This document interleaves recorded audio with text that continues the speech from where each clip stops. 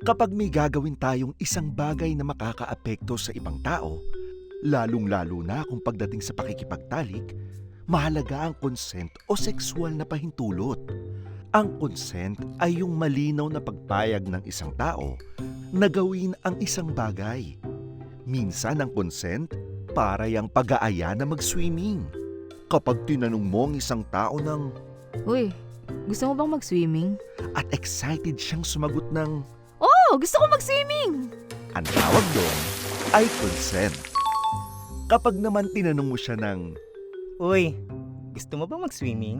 at sinagot ka niya ng Di ako sigurado. walang malinaw na oo, pero tinulak mo pa rin siya sa pool, hindi consent yun. Sa halip na ipilit ang gusto mo, dapat pag-usapan ng masinsinan kung bakit siya may pag-aalinlangan. Minsan naman, ang consent ay pwedeng non-verbal.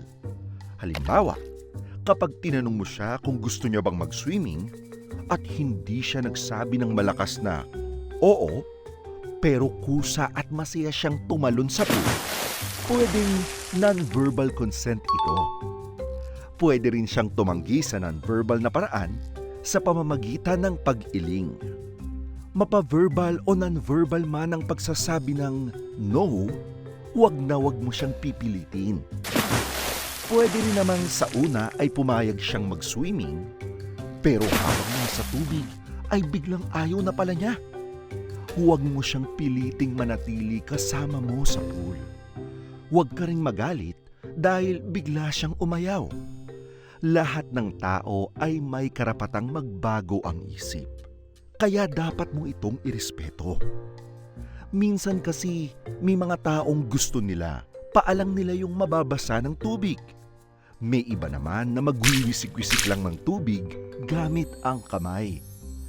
Tapos, mayroon ding iba na talagang gusto lang manood ng mga taong nagsuswimming pero ayaw mag-swimming.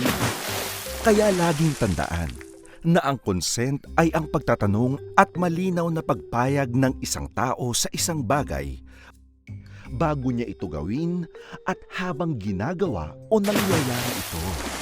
Huwag mo siyang piliting mag-swimming kapag hindi pa siya handa. Huwag mo rin siyang piliting mag-swimming kung hindi siya marunong.